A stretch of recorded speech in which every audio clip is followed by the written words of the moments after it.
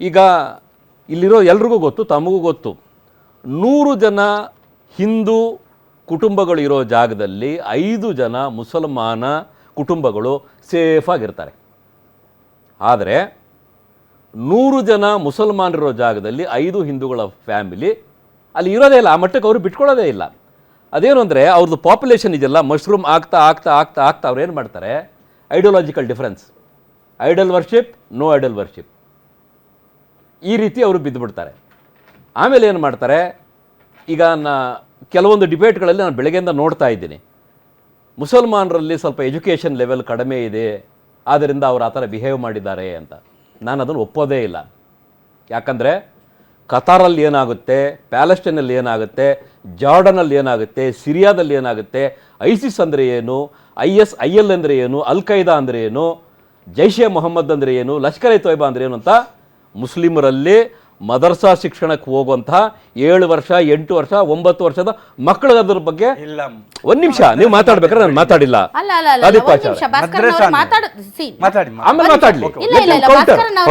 ಇಲ್ಲಿಯವರೆಗೆ ನಾನು ಓಕೆ ನೀವು ಹೇಳಿದ್ದನ್ನ ನಾನು ಒಪ್ಕೊಳ್ತೀನಿ. ಬಟ್ ಟೆರರಿಸ್ಟ್ಗಳ ಬಗ್ಗೆ ಮದರಾಸದಲ್ಲಿ ಹೇಳ್ಕೊಡ್ತಾರೆ ಅನ್ನೋದನ್ನ ಅಲ್ ಖೈದಾ ಅಂದ್ರೆ ನೀವು ಸತ್ಯಕ್ಕೆ ಹತ್ತಿರವಾಗಿರೋದನ್ನ ಮಾತಾಡಿ. ಅಲ್ ಖೈದಾ ಬಗ್ಗೆ ಹೇಳ್ಕೊಡ್ತಾರೆ, ಒಸಾಮಾ ಬಿನ್ ಲಾಡೆನ್ ಬಗ್ಗೆ ಹೇಳ್ಕೊಡ್ತಾರೆ ಅಂತ ಇದ್ದಾರೆ. ನಾನು ಅದನ್ನ ಒಪ್ಕೊಳ್ಳೋಕೆ ರೆಡಿ ಇಲ್ಲ. ಈ ದೇಶದಲ್ಲಿ ಟೆರರಿಸ್ಟ್ಗಳು ಸತ್ತಾಗ 5-5 ಲಕ್ಷ 6 ಲಕ್ಷ ಸೇರಿಲ್ವಾ ಅವರು ಜನಾಜಾ ನಮಾಜ್ಗೆ? ಏನ್ ಹೇಳ್ತೀರಾ ನೀವು? ನನಗೆ ಗೊತ್ತಿಲ್ಲ ಅದು ಸೇರಿಲ್ವಾ? ಬುರ್ಹಾನ್ ವಾನಿ ಸತ್ತಾಗ 5 ಲಕ್ಷ ಜನ ಮುಸಲ್ಮಾನರು ಗೋರಿಪಳ್ಯದಲ್ಲ, ಕಾಶ್ಮೀರದಲ್ಲಿ. ಒಂದ್ ನಿಮಿಷ, ನಮ್ಮ ದೇಶ ಅಲ್ವಾ ಸರ್? ಕಾಶ್ಮೀರದಲ್ಲಿ ಒಂದ್ ನಿಮಿಷ ಸರ್, ಅದು ನೀವು ಕಾಶ್ಮೀರದಲ್ಲಿ ಮುಸ್ಲಿಂ ಪಾಪ್ಯುಲೇಷನ್ ಇದೆ, ಅಲ್ಲಿ ಆಜಾದ್ ಕಾಶ್ಮೀರ್ ಬೇಕು ಅಂತ ಹೋರಾಟಗಳು ನಡೀತಾ ಇದೆ.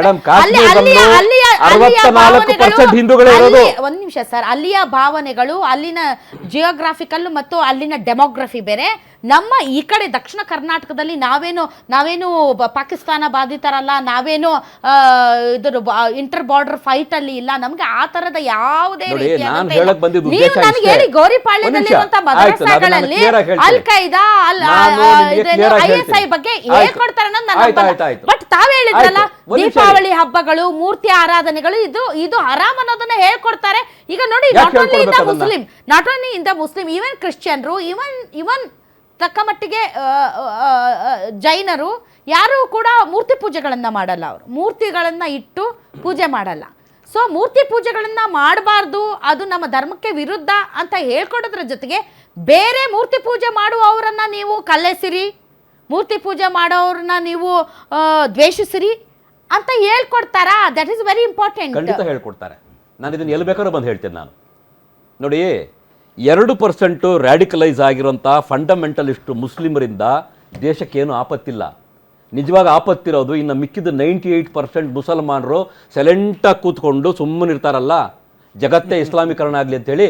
There lies the danger. ಏನ್ ಮಾಡ್ಬೇಕಾಗಿತ್ತು ನಿಮ್ಮ ಪ್ರಕಾರ 98% ಮುಸಲ್ಮಾನರು? ಅವರು ಮುಸಲ್ಮಾನರಿಗೆ ಏಟು ಬಿದ್ದಾಗ ಲಬ ಲಬ ಲಬ ಬಡ್ಕೊಂಡು ಬೀದಿಗೆ ಬರ್ತಾರಲ್ಲ, ಹಿಂದೂ ಹೆಣ್ಮಗಳಿಗೆ ಬಿದ್ದಾಗಲೂ ಅದೇ ತರ ಬರಬೇಕು. ಭ್ರಾತೃತ್ವ ಇದ್ರೆ, ಸಹೋದರ ಭಾವನೆ ಇದ್ರೆ ಆ ಹೆಣ್ಣುಮಗಳು ನಮ್ಮ ಹೆಣ್ಣುಮಗಳು ಅಂತಾನೆ ಬರಬೇಕಾಗಿತ್ತು. ಅವರು ಯಾಕೆ ಬರಲಿಲ್ಲ? ಇವ್ರು ಯಾವ್ದಾದಕ್ಕೂ ಫತ್ವಾ ಹೊರಡಿಸ್ತಾರಲ್ಲ, ಈ ರೀತಿ ಮಾಡಿದವರು ಇವ್ರನ್ನ ಯಾವುದು ಮಸೀದಿಗೆ ಸೇರಿಸ್ಬೇಡಿ, ಮದರ್ಸಾಗೆ ಸೇರಿಸ್ಬೇಡಿ, ಇವ್ರ ಮನೆಗೆ ಯಾರು ಹೆಣ್ಣು ಕೊಡಬೇಡಿ, ಇವ್ರ ಮನೆಗೆ ಯಾರು ಹಾಲು ಕೊಡಬೇಡಿ ಅಂತ ಫತ್ವಾ ಹೊರಡಿಸ್ಬೇಕು. ಇವರು ಅದಕ್ಕೆ ಹೊರಡಿಸಲ್ಲ. ಯಾವ್ದಕ್ಕೆ ಫತ್ವಾ ಹೊರಡಿಸ್ತಾರೆ?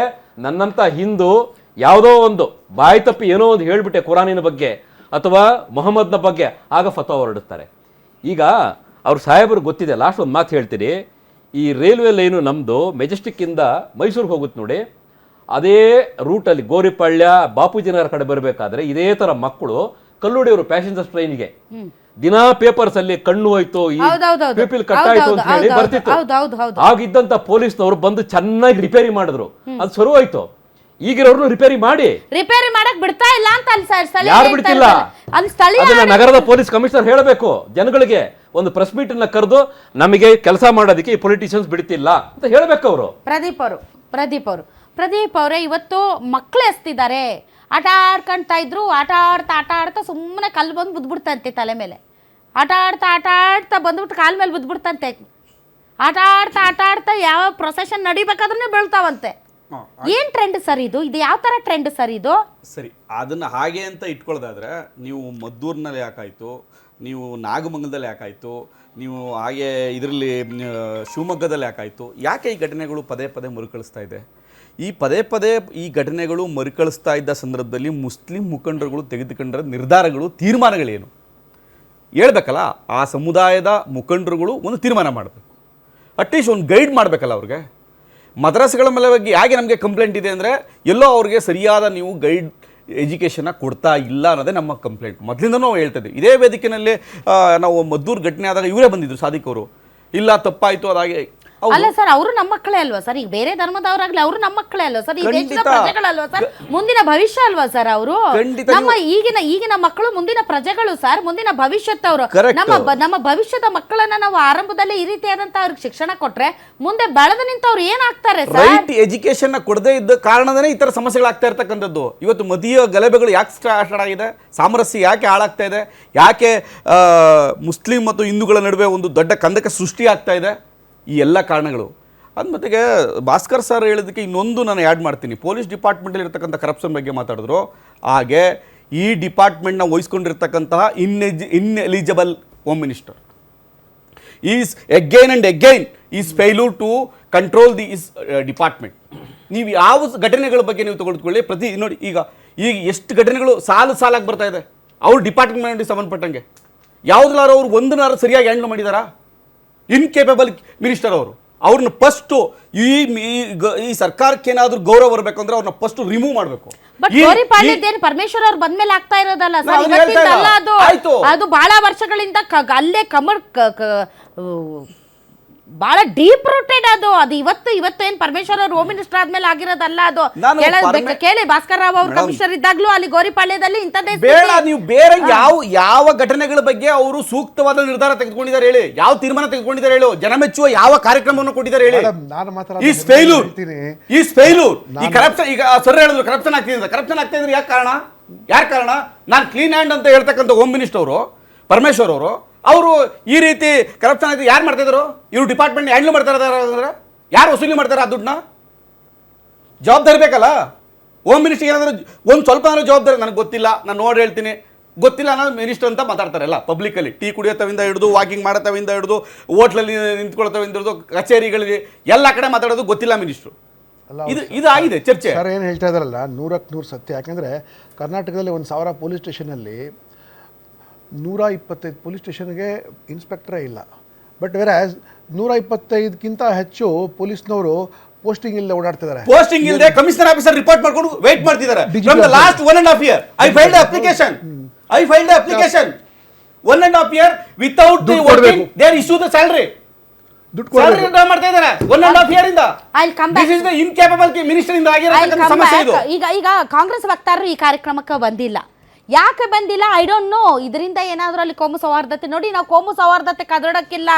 ಯಾಕೆ ನಾನು ಪದೇ ಹೇಳ್ತಾ ಇದ್ದೀನಿ, ಗೋರಿಪಾಳ್ಯದಲ್ಲಿ ಒಂದು ಕೋಮು ಸೌಹಾರ್ದತೆ ಮೂಡೋದಕ್ಕೆ ಮಾಡಿದಂಥ ಪರಿಶ್ರಮಗಳು ಒಂದೆರಡಲ್ಲ.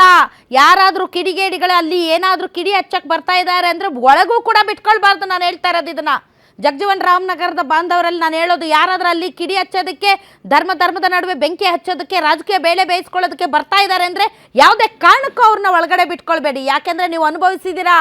ನಾನು ಚಿಕ್ಕ ಹುಡುಗಿ, ನಾನು ನೋಡಿದ್ದೀನಿ, ಆವಾಗ ಕಣ್ಣಾರೆ ಕಂಡಿದ್ದೀನಿ ಇಂಥ ವಿಚಾರಗಳನ್ನು. ದಯಮಾಡಿ ಇದರಲ್ಲಿ ರಾಜಕೀಯ ಬೇಡ, ಇದರಲ್ಲಿ ಧರ್ಮದ ನಡುವೆ ಯಾವುದೇ ರೀತಿಯಾದಂಥ ಟೆನ್ಷನ್ ಬೇಡ. ಬಟ್ ನಾನು ಹೇಳೋದು, ಯಾಕೆ ಈ ಟ್ರೆಂಡು? ಯಾಕೆ ಗಣೇಶ ಉತ್ಸವ ಹೋಗಬಾರ್ದು?